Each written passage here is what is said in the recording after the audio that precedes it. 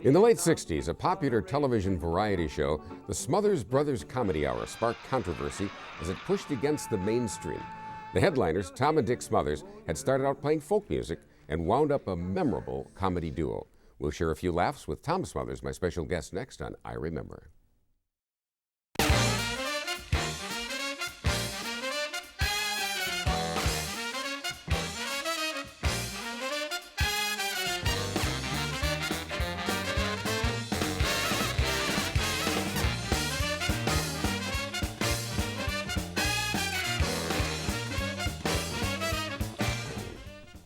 Hi, I'm Jim Peck. Welcome to I Remember. Joining me tonight is Tom Smothers. It's been 50 years since he first appeared on stage with his brother Dick, and to the delight of audiences today, the comedy of the Smothers Brothers is still a big hit. Take a look. From Television City in Hollywood, ladies and gentlemen, meet the Smothers Brothers. The Smothers Brothers Comedy Hour premiered on CBS in 1967. Mom liked you best! You lower your voice. Mom liked you best. I know that Mom always liked you best. Well-known stars would appear on the variety show.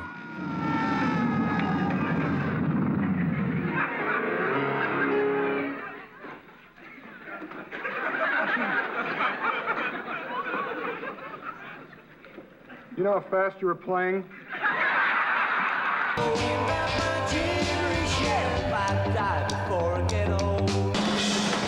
The counterculture was also celebrated.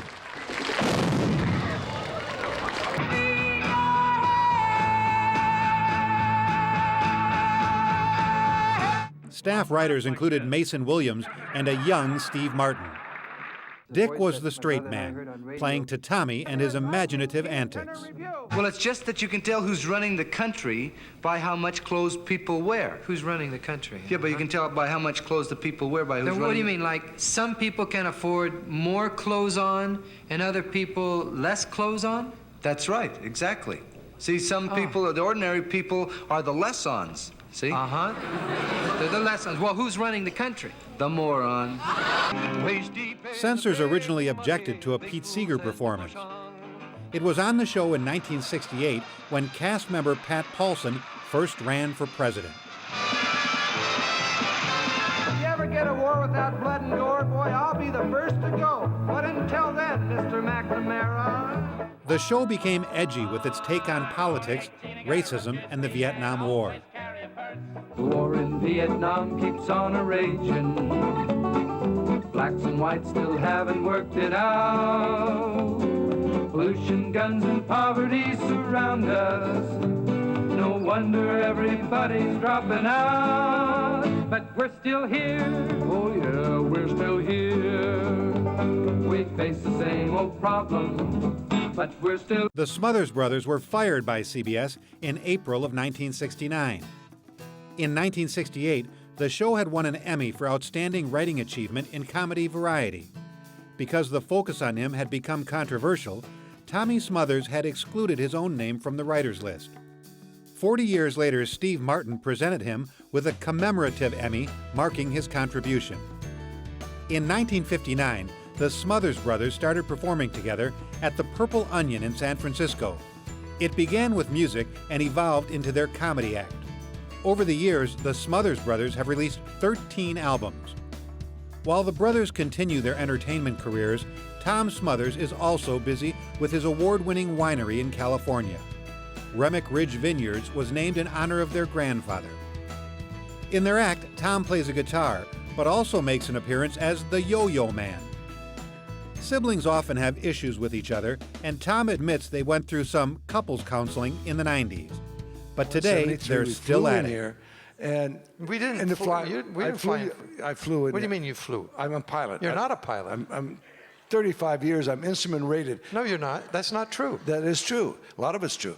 And after listening to Tommy at length, fabricating a story about being a pilot, Dick tries to get him to fess up and tell the truth. Doesn't it? Okay, now the point is, my point is that you came out here, talked about a lot of things, and barely grazed and came near the truth now and then, but meaningless stuff. You just made everything up. Hold on. Let's hear some truth, hard-hitting, insightful truth. Excuse me. I don't want to stop the show right now, but you said a powerful word. You said truth. Truth is a powerful word. It's, you know, I don't know if we recognize, but truth is the only word in the English language that means exactly the same thing in every language on the face of the earth, in every society, from the beginning of time. Truth is the only word that translates exactly the same way, without nuance or anything. It's a powerful word. It's a word that's been abused, distorted, and diminished. And I'd like to remind us tonight, thanks to you bringing it up, the truth, I'd like to remind us what truth is. Truth. Truth is what you get other people to believe. And if you hadn't said anything, they would have believed I was a pilot. Yeah, they would have bought it, wouldn't Yeah, that's it? right. Doesn't that bother you? Not at all. It bothers me. Well, I wasn't even talking to you. That's not the point. The point is, there's another point. The point is, had I not called you on it, I bet you a lot of these people, a lot of you people would have left the show tonight saying, boy, isn't that great? Tom Smothers is a pilot. That'd have been cool. That'd have been so cool. And it doesn't bother you. They would see it's not the truth. But we are the Smothers Brothers. That is the truth. That's the truth. We're very happy you're here, and we're happy that we get to perform some for of them you. aren't Thank you yet. for That's bearing with us Thank here. you. It's hard to believe, but we're still the Smothers Brothers. Yeah. Of course, we're not the original Smothers Oh, Brothers. stop that. No, original Smothers, believe me, they would have loved to have been here tonight, but they passed away in 1969. Terrible plane crash. Oh, stop that. One of them wasn't a pilot. All right. You were telling me that you and your brother really are very different people. Isn't it amazing that people, you know, father and mother have these children, and they're all from the same gene pool, but they're just absolutely different. And we're 22 months apart. I'm the older, firstborn, and my brother came along after there. And Which surprised me also because Dick always was the authoritative one in the act. I know. Well, I always, when we first did our first albums, we did 2 or 3 albums, I always said, my little brother Dickie Smothers, my little brother Dickie Smothers. And pretty soon as the act evolved itself, he was the authority figure. And people are always surprised. They forgot about that I played the one that needs direction. Yes, but you are the liberal, and he's really conservative, which shocked me. Well, I didn't know what liberal was or any of that until we were defined as such. Yes. And my brother, left to his own devices, would have been is more conservative by his nature. I mean, sometimes it's really an innate. We didn't like each other's friends. We didn't like his girlfriend. I didn't like my girlfriend. I didn't like his wife. He didn't like my wife. So the food, different. It was a whole lot of things that were abrasive. When we were arguing from the time that we could talk, there was a kind of an argument. I was an older brother, but it kept going to the point where when we got into becoming an act, and he didn't talk at all or play the bass. He just sang because he was a very good singer, nice tenor voice, and got him a bass. I taught him to play the bass. And I said, I'm talking too much. He said, well, you ought to say something. I said, I don't know what to say. I said, write an introduction and do it. So he'd start to sometimes I'd be making something. He'd say, that's wrong. Then pretty soon, that's wrong, you're stupid. Then pretty soon it became this real discussion. And when he's really good, the audience will boo him darn near. And I said, that's good, that's good. And there was one time he did a litany in St. Louis, our third album, our second album, and they said, you're stupid, you're not a man, you haven't done anything well, and blah, blah, blah, blah, blah. And finally ended up, he ran out, and it was a good run. And I looked at him and I said, and Mom always liked you best. You know, it's like putting the final nail in the coffin. Oh, and that became... Came out of blue. Really, because that was one of the great taglines I've ever run into. It became part of the lexicon. Everybody was running around using it. Well, it's the truth. Everybody really questions their parents, which one. Now, I have 2 young children, second marriage, and I always tell my son, he's now 16 and the girl's 13, but from the time I said, don't tell Riley Rose, but I like you best. And I go to Riley, I said, don't tell Bo, but I really like you best. So they have this little secret that they won't tell each other. You were talking before about you didn't know what a liberal was until you were defined as one. And of course, everybody remembers the Smothers Brothers Comedy Hour and the war that you had with CBS. As you look back on it now from 40 years, is there anything you would have done differently or maybe should have done differently, do you think? That question, I look back and there's, sure, I could have been more. I could have finessed a little bit more. I could have backed off here and maybe been more articulate. I would have loved it. I look back at the work, and I wish I'd have been more articulate to take the position. But I don't think about it very often because there's no choice. Sometimes you're given youth has a very powerful audaciousness about it that does not take direction well. And wonderful things are accomplished through that. Although we do, and I do in hindsight, God, I wish I'd have treated those people better. I wish I hadn't fired that director with the way I did, or inner relationships. But overall, I'm pleased that I had a chance to be on the high board when the Olympics happened or something. You know what I'm saying? You guys were on the high board. Did you see the eventual breakup with CBS coming? Not until the very, very last year. Really? I had no idea. And in fact, I've said a couple of times, I didn't know I was saying, the show was saying anything important until they said, you can't say that. I said, I must be saying something important. And since you and I were raised in a time, probably the best time in America, where we were raised in school, that you could be what you want to be, stay true to your word, don't lie, tell the truth, fairness is, I was 22 years old, and all of a sudden those subjects, those ethics were being challenged. You can't say that. I said, why not? They said, well, you can't. Bad answer. Yeah, bad answer. Especially never tell a comedian, don't say that, because we'll go out of our way. So when they said you can't say that, it kind of pushed me a different way. And only in hindsight now I can look back after 40, 50 years and look at a career back at that youthful time. That's pretty cool. That's pretty cool, except for my bad manners and some bad. those things, of course, stand out. You make a point that you weren't fired, you weren't canceled, you were fired. Why is that important? To be canceled, a career in television or anything, whatever you do, a cancellation is a legal way of not saying, I don't want you anymore.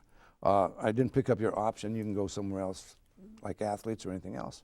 And so when someone says we were canceled, I'm offended. My brother always said it's like you're dead, but natural causes or murder. And I always considered being fired like being. You're dead. Yeah, you're shot. We're both. The thing's over through cancellation. But I'm proud of being fired because if I was canceled, that's fine. Even Bill Maher wasn't fired. It was a controversial cancellation, not picking him up on ABC, but. Being fired, they learn. You don't fire people. All of a sudden, it becomes more important than really what it is. And, you brought along so many people. You had Steve Martin and Rob Reiner were two of the writers. What did they bring to the table? They must have been very young, also.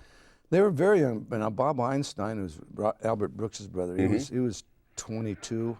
Officer Judy. Yep, Officer Judy, and became Super Dave. And I saw him on television doing a local talk show, and I said, that's funny, the guy's really. And Pat Paulson, who's this wonderful, dry.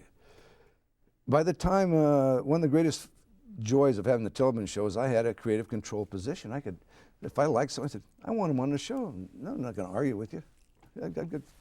That's cool. Pat Paulson, I don't like him. I want him on the show. How'd you meet him, by the way?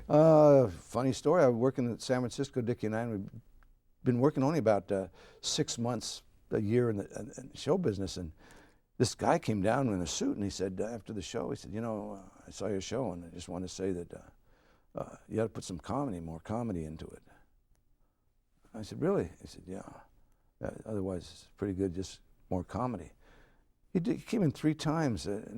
I said, who's this guy? To the bartender. He said, he's a comic. He works up the street with this dreadfully straight face. And we became very good friends. And I'm a big fan of how he did his comedy work. And but first started out when I did the show, first started this comedy hour, I was going to give these editorials, which was a big deal at that time, back in the 60s. Vice president in charge of, and I couldn't do it. I said, Pat, you do it.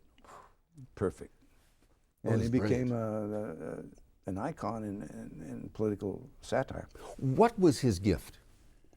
Well, he told me, he said, I'm a very good liar. And, he was in the right business. Yeah, well, he, you know, prior to, he was a Marine in Korea. He came back from Korea. He lived up in Seattle, and he said to people, Pat Paul, he kept saying, I know the mystic state of walking on water, and I learned it in the East. And he talked it enough that he had two newspapers and 3 radio shows down to the thing, and he stepped off. He said, I have to have absolute silence, and it's the newspaper article said he seemed to sink beneath the surface faster than a normal person. And he pulled himself out. He came up and he looked around the hair. He said, someone talked. And then he made national news during the mid-'60s, during the hippie time in San Francisco with cranial painting, and NBC National News covered him. And he had a tripod that would hang from one foot, and he would swing over and he put painting on the sidewalk, and it would be chin dabs, nose swirls, ear things, and he always was dreadfully serious about it. Oh.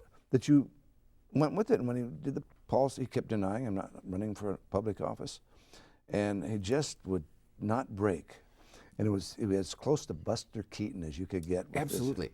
This. Yeah. I didn't realize that he had been a Marine in Korea. Yeah. Also, there was a Tea with Goldie. Lee French, and we found her up in San Francisco at an improvisational, I think it was a committee out of San Francisco, and I said, whoa, this is pretty good. Oh, golly, and Steve Martin, Mason Williams was a good friend of mine. He wrote the theme song, dun, dun, dun, dun, dun, dun. And he brought me to see this guy, he says, Steve Martin, he's working at the Ice House, and he did this real strange act. I mean, it's kind of darn near performance art. And he still does that kind of thing. And brought him in. And they didn't write very well at the beginning, but they were writing an introduction to the thing, and even Steve says, I wasn't very good. He said, Mason looked at one of the pieces I'd written, he said, it's really good, Steve, but try to put the punchline at the end. This is true. So the art of writing is a process like we were talking about. You get better as you go along at what you do.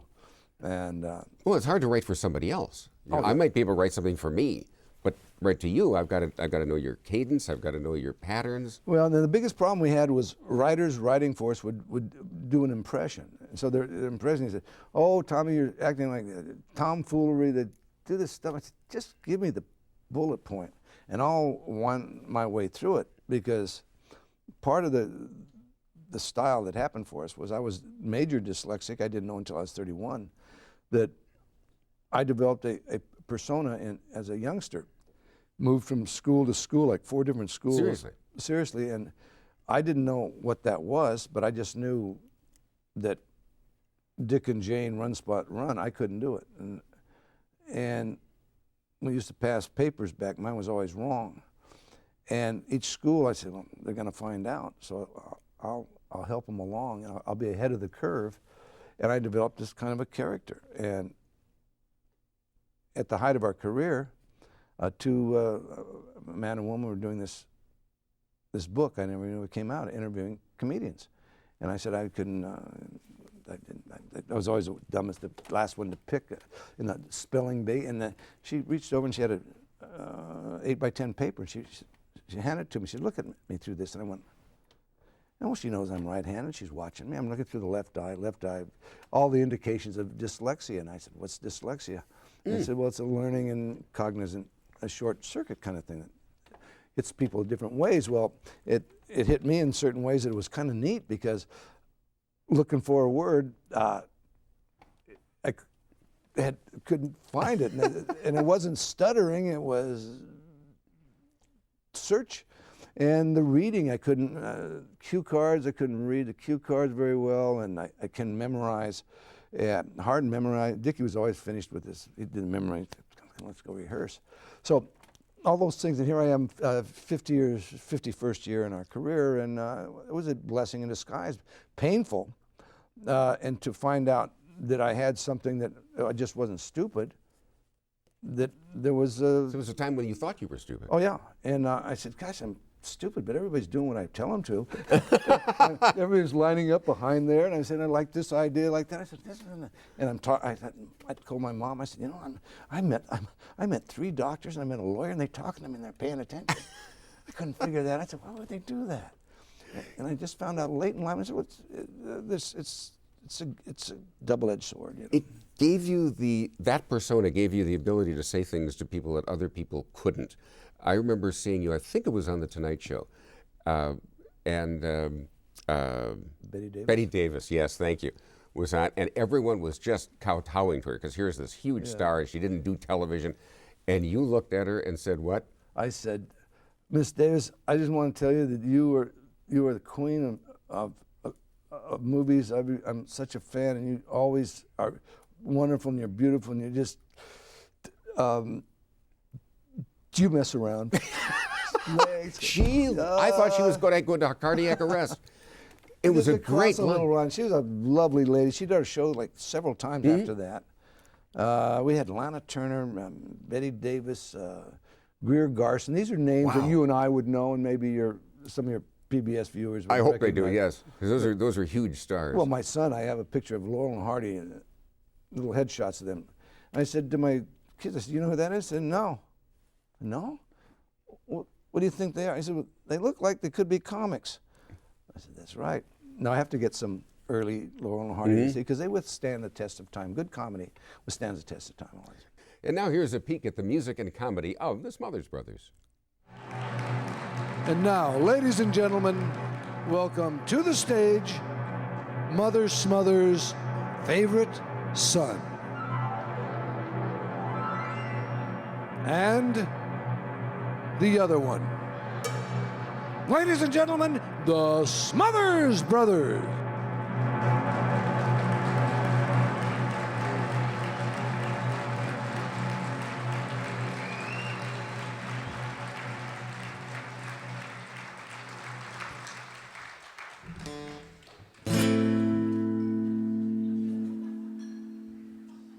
Once upon a time, we were on TV. Every Sunday night, we knocked them dead. We got into some trouble, so they fired us. I guess it was something that we said. Those were the days, my friends, we thought they'd never end. We sang and danced, our hearts were wild and free. But then we got too hip, so we got censorship. Yes, CBS was like the KGB. We made it through those troubled times together. Our antidote was laughter and applause. And looking back, it was a grand endeavor. And the reason we're nostalgic is because those were the days, my friends. We thought they'd never end. They did, but there's at least one thing to say. Back in those days gone past, we didn't kiss their hey. Those were the days. Oh yes, those were the days. Those were the days. Oh yes, those were the days. Hey. You have a yo-yo there. Yes, I do. Is there a story behind that? Well, Mason Williams came to us somewhere in the late 70s, and he gleaned things. He would send me ideas or pieces. He said, here's a song a friend of mine called it Duncan Yo-Yo Man. And I said, I haven't done a yo-yo since I was 9 years old, and I wasn't very good. I loved the song, so I was doing the song. I'm a little town boy, never. And I said, take a yo-yo, try it. And I started, most of the time I was winding it up, and pretty soon the yo-yo became a, good yo-yo players, by the way, carry their yo-yo in their sock because they don't want to clutter up their, so I can carry my extra yo-yo in a sock. You're a double-barreled yo-yo man. Yeah, and I started doing the yo-yo, and he wrote, Mason wrote some things about the yo-yo. It's like life. You go out, try things. It's not always perfect, but you don't surrender. You don't give up. You keep working on these tricks. And I was winding it up most of the time.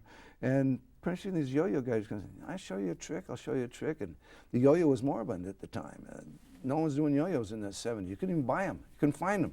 In the back of the thing, I'll find one. And now we started doing yo-yo in the late 80s, the 80s, and the yo-yo went crazy. And the concept of, which I learned later, that it was to learn to throw a sleeper like that. It's kind of effeminate when you do it in slow motion, you know.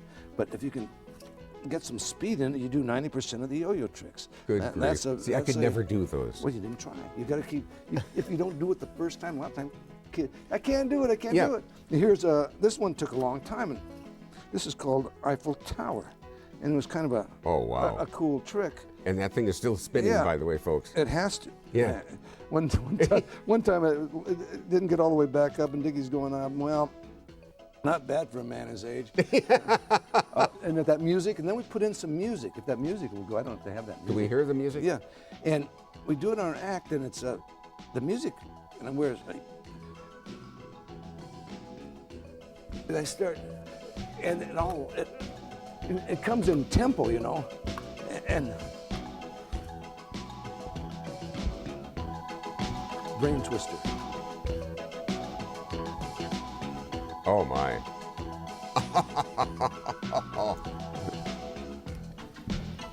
So this is, and the people go wild. You know, I'm about an 18 on the yo-yo. That's fine, but the music's pretty cool. And my brother's a voice of yo, and it's been in our act for about 20 years now, and I get better and better. I'm about an 18. If you know about golf, 18 handicap on the yo-yo. That's pretty good stuff. No, but I mean, I'm not scratch. I mean, these little kids, they do triple, double-handed, all kinds of things. Yeah, but you did that was it the brain something that you said? Brain twister. Brain twister, where you double linked it on the cord. Oh, one of the great ones. I didn't know that they did this. No music, but they would do these Duncan demonstrators, little Filipino guys. Oh, yeah. And they would do this thing, and it was called Sleeping Beauty. And I was always stunned that it would kind of. Whoa. And what it was to loosen and tighten the string, which it took me a long time to understand. And this is so cool. This is called Harley Davidson Motorcycle Yo-Yo Trick. I'd never use it in the show, but this is great. Called Harley Davidson Motorcycle Yo-Yo Trick. Boom! That's stupid. Thank you very much. What a pleasure.